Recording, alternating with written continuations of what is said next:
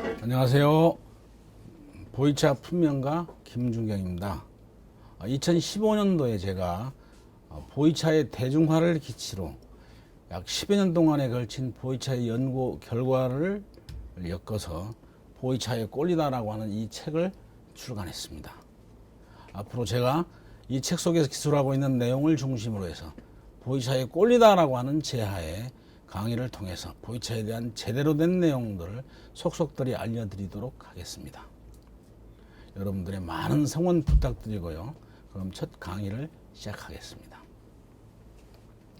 원효대사는 당시에 귀족과 지배계층의 전유물이었던 불교를 저잣거리 아이들 그리고 동양치들도 알아들을 수 있도록 아주 쉽게 설파해서 월인천강의 세상을 실천했습니다. 저 역시 시중에 만연되어 있는 보이차에 대한 왜곡된 정보들을 걷어내고 누구나 쉽게 보이차를 접할 수 있도록 우공이산의 심정으로 이 강의를 시작하겠습니다. 여러분이 생각하기에 보이차를 보이차답게 만드는, 보이차를 가장 뛰어나게 만드는 그 핵심 키워드가 뭐라고 생각하십니까? 발효입니다. 발효. 발효는 보이차를 가장 우뚝서게 만드는 가장 핵심적인 키워드입니다. 발효의 개념은 물론 여러 가지 그 관점에서의 발효의 개념에 대한 설명들이 있습니다만 쉽게 간략하게 얘기하면 미생물의 작용에 의해서 유기물이 분해되는 현상이다. 근데 그 유기물이 인간에게 유익한 것으로 화학적으로 변화가 돼서 나타날 때 그것을 발효다라고 얘기합니다. 달리 또 표현하면 미생물의 대사활동 과정을 통해서 인간에게 유익한 부산물을 만들어내는 과정이다라고 얘기할 수 있습니다. 보이차의 그 본질을 규정하는 핵심적인 단어이기 때문에 이 발효라고 하는 단어는 1강뿐만이 아니고 앞으로 2강에서도 계속 반복적으로 정리해서 기초를 다져보도록 그렇게 하겠습니다.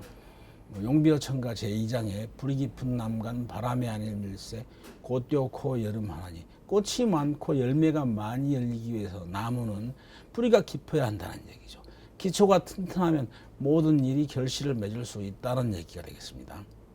모든 목본 식물류는 그 가지에서 잎이 분리가 되는 순간에 세포 내에 존재하고 있던 산화효소가 작동함으로써 흙으로 돌아갈 준비를 합니다. 흙으로 돌아간다는 얘기는 꼭 자연의 이법에 따라서 자연 속으로 순환되는 과정에 접어든다는 얘기죠.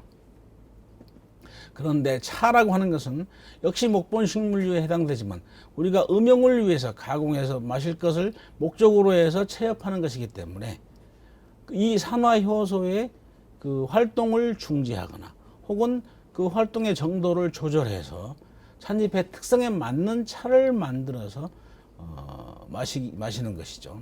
예컨대 녹차는 그 산화효소의 활동을 완전히 정지시켜 가지고 풋풋한 맛을 즐기는 것이겠고요. 그 산화효소의 정도를 조절해서 경산화 또는 완전 산화를 시킨다면은 오룡차나 홍차가 만들어지는 것입니다. 그러면 이 대목에서 여러분들께 질문 하나 던지도록 하겠습니다. 우리나라에서 생산되고 있는 차 중에서 진정한 의미의 발효차가 있습니까? 실은 그렇지 않습니다.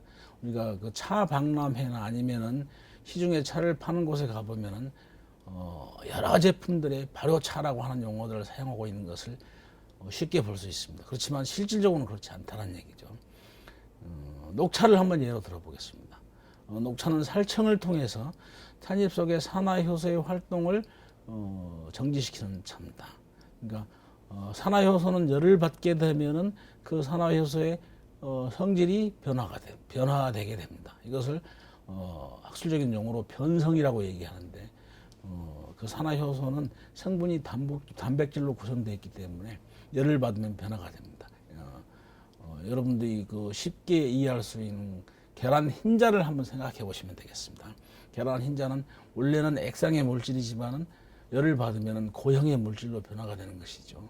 그것처럼 산화효소도 단백질 성분으로 이루어져 있기 때문에 열을 받으면 성질이 변화가 됨으로써 더 이상 활동을 안 하게 되는 것입니다. 그래서 녹차는 그 80도 정도 시기가 되면은 그 산화 효소의 활동이 정지가 되게 되는데 그것을 정지시킴으로써 풋풋한 맛을 즐기는 것이고요. 그리고 우리나라에 생산되고 있는 잭살이나 아니면 그동안에는 황차라고 하는 이름으로 많이 생산되고 유통이 됐었죠. 아니면 요즘 발효차라고 하는 이름으로 제작되고 판매되고 있는 차들은 이들도 역시 그 산화 효소의 그 변화에 의해서 나타나는 그런 산화 변화차라고 할 수 있죠. 그 산화 변화에 의해서 맛이나 향의 변화가 탕색의 변화가 나타나는 그런 차들이지 결코 이들에게는 미생물이 관여하지 않기 때문에 발효차라고 할 수 없는 것들입니다. 그러면 왜 발효차가 아닌데 이런 발효차라는 용어를 쓰고 있는가? 장기적으로 이어지고 있는 차 산업계의 불황 이것들을 벗어나기 위한 차를 생산하고 있는 차 농가 생산자들의 어떤 그런 그 마음이 반영된 그 표현이 아닌가 이렇게 사료가 됩니다. 그렇다면 전반적으로 이렇게 어려움을 겪고 있는 상황에서 우리나라의 차 산업을 발전시키기 위해서는 어떻게 해야 할 것인가? 저는 이 문제 해결을 위해서는 두 가지에서 크게 벗어나야 한다. 이 벗어나야 한다는 얘기는 달리 표현하면은 두 가지를 완전히 버려야 한다라고 이렇게 주장을 하는 바입니다. 첫 번째가 신토부리 혹은 우리 것은 좋은 것이야라고 하는 이런 우리 사회에 지나치게 팽배되어 있는 국수주의에서 탈피하는 것입니다. 물론 이 자체는 일리가 있는 얘기입니다. 그리고 역사적으로 볼 때 공동체의 유대감 형성에는 물론 도움이 되고 있지만은 이런 것들이 자칫 지나치게 되면은 문화적으로는 오히려 정체나 퇴보를 유발할 수 있는 그런 부정적인 기능을 하고 있다라고 하는 것도 역사를 통해서 확인할 수 있습니다. 정치적인 관점에서 보면은 나치의 지나친 국수주의는 유대인 학살과 같은 인류의 불행을 야기하지 않았습니까? 귤화 위지의 고사가 있습니다. 해남 지역의 귤을 회북 지역에다 옮겨 심으면은 탱자가 되고 만다라는 얘기입니다. 결국 이 얘기는 문화라고 하는 것은 그 풍토에 크게 영향을 받는다 그런 얘기입니다. 과거에 우리 조상들은 송나라의 월주자기를 수입해 가지고 거기에다 우리 조상들이 가지고 있는 독창적인 어떤 창의력을 가미해서 송나라 원래의 월주자기는 존재하고 있지 없던 그 독창적인 비색의 청자를 창조해내지 않았습니까? 요즘처럼 그 문화의 진보가 급속도로 이루어지고 있는 이런 사회에서는 정체는 곧 퇴보를 의미합니다. 따라서 지난 것, 옛 것, 그리고 우리 것에 고착되는 우리 것은 좋은 것이요 라고 하는 무조건적인 이런 태도에서 벗어나서 우리 참나무가 가지고 있는 특성, 그 특성에 걸맞는 제다 방법을 연구하고 제품을 개발하는 것, 그것이 이러한 불황을 타개하는 궁극적인 해결 방법이 되지 않을까 이렇게 생각하는 것입니다. 몇 해 전 제가 지방의 모 대학에 개설되어 있는 차 관련 학과, 그러니까 평생교육원에 개설된 차 관련 학과의 학생들, 물론 그 학생들은 연세가 다 지긋하신 분들이었습니다. 그분들과 만나서 대담하던 과정에 그분들이 들려주는 차에 대한 왜곡된 생각들, 거의가 다 아주 지나친 국수주의에 관련된 것들이었습니다만은 그런 생각들을 듣고 너무나 황당한 나머지 정말 충격을 금할 수가 없었습니다.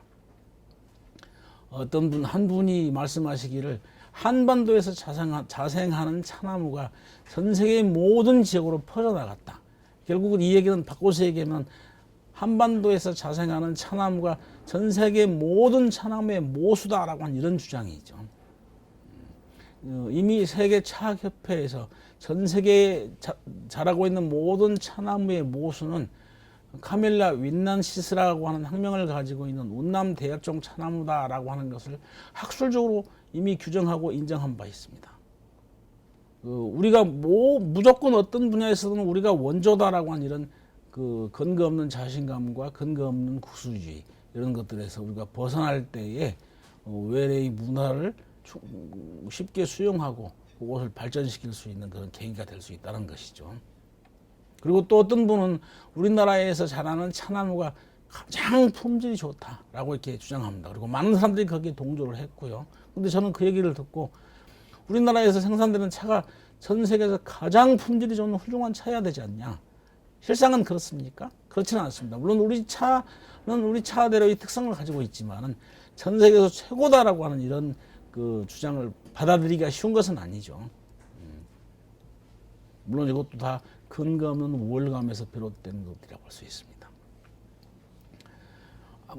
우리 찻잎이 가장 좋다면 그렇다면 세계인 누구나가 인정하는 가장 훌륭한 차가 만들어져야 그것이 당연한 거 아니겠습니까?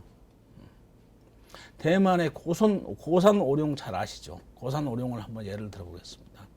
대만의 고산 오룡을 생산하는 지역에 가면은 그 지역은 가가호 집집마다 차나무를 기르고 그리고 차를 만드는데 어느 집을 가든 그 집만의 고유한 맛과 그 향의 특성이 있어서 누구나 그 세계인 누구나 다 사랑할 수 있는 그런 품질을 보여줍니다. 기왕 말 나온 김에 요거 한 가지 또 질문하겠습니다. 보이차가 지속적으로 발효되기 위해서 필요한 찻잎 내에 그 보이차의 그 발효에 관여하는 미생물을 통해서 후발효가 진행되는데 필요한 찻잎 속 카테킨의 함량이 얼마나 되는 줄 알고 계십니까? 제가 출연한 MBC 닥터스라고 하는 프로그램에서 제시되었던 그런 자료인데요. 진주의 차 연구소라고 하는 기관에서 그 성분 분석을 통해서 발표한 바에 따르면 약 18%에 해당됩니다. 우리나라 찻잎 속에 포함되어 있는 카테킨의 함량은 약 18%에 해당되는데 운남 대여종 찻잎에는 약 30%의 카테킨이 함유되어 있습니다. 그래서 이런 내용을 바탕으로 후 발효가 이루어지기 위한 카테킨 함량은 30%다라고 하는 것이 기본적인 학설입니다.